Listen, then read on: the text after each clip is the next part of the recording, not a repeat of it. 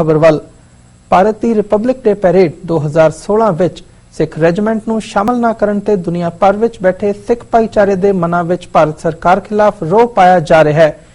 रोस वजों SGPC ने भी भाजपा दे सरकार दी आलोचना कीती है अते पंजाब दे मुख मंत्री प्रकाश सिंह बादल वल्लों भी प्रधानमंत्री नरेंद्र मोदी नूं पत्र लिख के यह गल यकीनी बनाउण लई कहा गया कि आउण वाले समय विच सिख रेजिमेंट दी पैरेड शमूलीयत नूं यकीनी बनाया जावे, जबकि दूजे पासे भाजपा आगुआं दा कहना है कि यह कहना गलत होवेगा कि सिख रेजिमेंट नूं परेड विच शामिल नहीं किया गया क्योंकि सिख लाइट इन्फेंट्री ने परेड विच शमूलीयत की सी। इन्हां बयानां दी कोख करन लई आओ गल करदे हां खालिस्तान अफेयर्स सेंटर दे संचालक डॉक्टर अमरजीत सिंह जी नाल। हाँ जी डॉक्टर साहब, वाहिगुरू जी का खालसा वाहिगुरू जी की फतेह। हाँ जी, वाहिगुरू जी का खालसा वाहिगुरू जी की फतेह। डॉक्टर साहब, जिथे मसला चल रहा हुण कि सिख रेजिमेंट नूं इंडियन रिपब्लिक डे पैरेड च शामिल नहीं किया गया, उत्थे ही SGPC वल्लों प्रकाश सिंह बादल वल्लों ते कैप्टन अमरिंदर सिंह वल्लों विरोध दर्ज करवाया गया। पर दूजे पासे पंजाब भाजपा दे प्रधान कमल शर्मा ने यह कहा कि इदां दी कोई गल नहीं हैगी, तुसीं इहदे ते सियासी रोटियां सेक रहे होंगे। उन्हां दा कहना है कि सिख लाइट इन्फेंट्री ते रेजिमेंटल कंटिजेंट्स नूं इहदे च शामिल किया गया सी ते उन्हां ने वध चढ़ के हिस्सा लिया सी। तुसीं इहदे बारे की कहना चाहोगे? देखो, एक कहानी है भी एक पिंडू मुंडा दौड़ गया कि मैं एक्टर बनना है, मुंबई चला गया जी।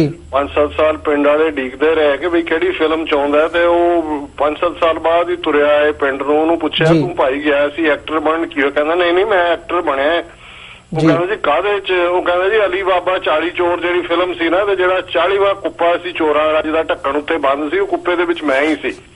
ਸੋ ਹੁਣ ਕਮਲ ਸ਼ਰਮਾ ਜਿਹੜਾ ਉਹ ਇਹ ਕਹਿੰਦਾ ਹੈ ਕਿ ਜੀ ਸਿੱਖ ਲਾਈਟ ਰੈਜੀਮੈਂਟ, ਸਿੱਖ ਟੈਰੀਟੋਰੀਅਲ ਆਰਮੀ, ਸਿੱਖ ਲਾਈਟ ਟੈਰੀਟੋਰੀਅਲ ਆਰਮੀ ਤੇ ਪੰਜਾਬ ਟੈਰੀਟੋਰੀਅਲ ਆਰਮੀ ਜਿਹੜੀ ਹੈ, ਜਿਹੜਾ ਬੈਂਡ ਵੱਜਿਆ ਹੈ ਨਾ ਉੱਥੇ ਰਿਪਬਲਿਕ ਡੇ ਦੇ ਉੱਤੇ, ਉਹ ਜਿਹੜੇ ਨੇ ਉਸ ਦਾ ਜਿਹੜਾ ਉਹ ਹਿੱਸਾ ਸੀ।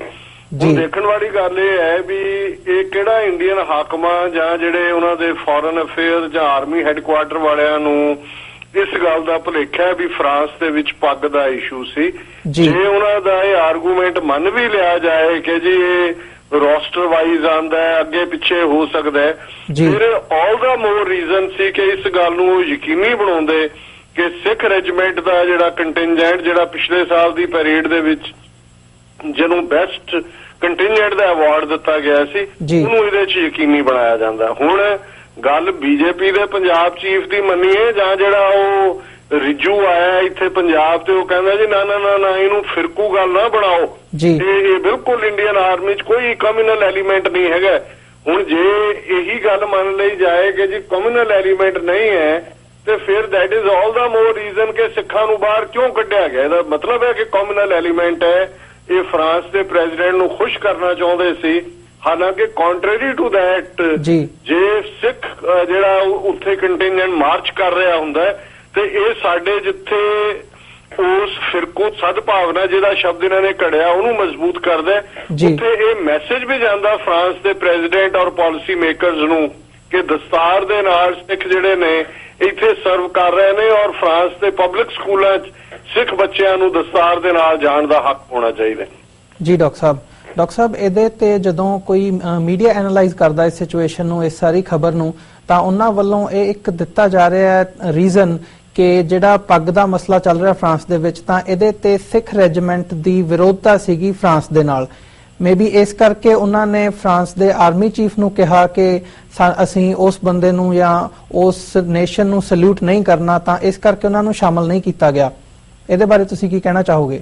ਦੇਖੋ, ਇਹ ਕੋਈ ਅਮਰੀਕਨ ਫੌਜ ਨਹੀਂ ਹੈ ਜਿੱਥੇ ਕਿ ਅਮਰੀਕਨ ਕਹਿਣ ਜੀ ਅਸੀਂ ਵਿਤਨਾਮ 'ਚ ਨਹੀਂ ਲੜਨਾ ਜਾਂ ਅਸੀਂ ਕੋਈ ਵੀ ਅਨਐਥੀਕਲ ਗੱਲ ਨਹੀਂ ਕਰਨੀ। ਜਿਹੜੀ ਭਾਰਤੀ ਫੌਜ ਹੈ ਜਾਂ ਗੁਆਂਢੀ ਦੇਸ਼ ਪਾਕਿਸਤਾਨ, ਸ੍ਰੀਲੰਕਾ ਦੀ ਹੈ, ਇਹ ਬ੍ਰਿਟਿਸ਼ ਕਲੋਨੀਅਲ ਜਿਹੜਾ ਪੈਟਰਨ ਦੇ ਉੱਤੇ ਹੈ, ਜਿਹਦੇ 'ਚ ਹਰ ਫੌਜੀ ਅਫਸਰ ਤੋਂ ਲੈ ਕੇ ਜਵਾਨ ਤੱਕ ਇਹ ਗੱਲ ਰਿਪੀਟ ਕਰਦਾ, ਆਰਡਰ ਇਜ਼ ਆਰਡਰ।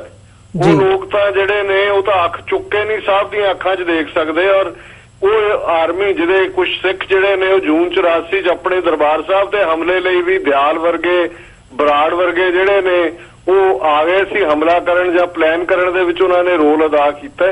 ਇਹ ਬਿਲਕੁਲ ਅਨਥਿੰਕੇਬਲ ਹੈ ਕਿ ਜੀ ਉਹਨਾਂ ਨੂੰ ਪੁੱਛਿਆ ਗਿਆ ਤਾਂ ਉਹਨਾਂ ਨੂੰ ਤਾਂ ਪਤਾ ਵੀ ਨਹੀਂ ਹੁੰਦਾ ਵੀ ਚੀਫ ਗੈਸਟ ਕੌਣ ਆ ਰਿਹਾ ਜਾਂ ਕੀ ਹੈ, ਇੰਨਾ ਕਿ ਉਹਨਾਂ ਦਾ ਲੈਵਲ ਹੁੰਦਾ ਹੈ। ਸੋ ਇਹ ਆਰਗੂਮੈਂਟ ਆਪਣੀ ਇਸ ਜਿਹੜੀ ਫਿਰਕੂ ਨੀਤੀ ਹੈ, ਜਿਹੜੀ ਕਿ ਫਰਾਂਸ ਨੂੰ ਖੁਸ਼ ਕਰਨ ਦੇ ਲਈ ਕਿਸੇ ਹੱਦ ਤੱਕ ਜਾਣ ਦੀ ਨੀਤੀ ਸੀ, ਉਸ ਦੇ ਉੱਤੇ ਪਰਦਾ ਪਾਉਣ ਲਈ ਇਸ ਕਿਸਮ ਦਾ ਆਰਗੂਮੈਂਟ ਹੈ।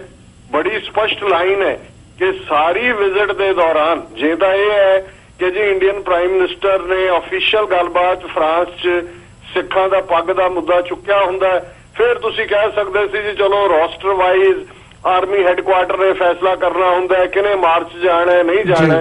ਪਰ ਜਦੋਂ ਕਿ ਇਸ ਸਾਰੇ ਇਸ਼ੂ ਨੂੰ ਹੀ ਡੈਡ ਕਰ ਦਿੱਤਾ ਗਿਆ ਤੇ ਜੇ ਐਸਜੀਪੀਸੀ ਪ੍ਰਧਾਨ ਦੀ ਮੰਨੀਏ ਕਿ ਜੀ ਉਹਨੇ ਮੀਟਿੰਗ ਦੇ ਲਈ ਵਕਤ ਮੰਗਿਆ ਸੀ, ਉਹਨਾਂ ਨੂੰ ਉਹ ਮੀਟਿੰਗ ਲਈ ਵਕਤ ਨਹੀਂ ਦਿੱਤਾ ਗਿਆ।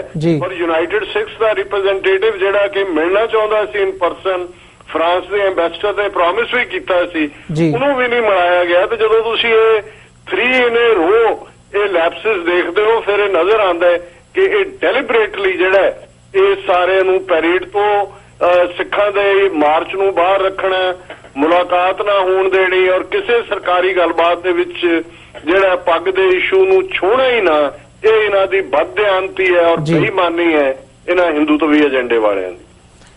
ਜੀ ਡਾਕਟਰ ਸਾਹਿਬ, ਤੁਹਾਡਾ ਬਹੁਤ ਬਹੁਤ ਸ਼ੁਕਰੀਆ ਆਪਣਾ ਸਮਾਂ ਦੇਣ ਲਈ। Thanks a lot sir.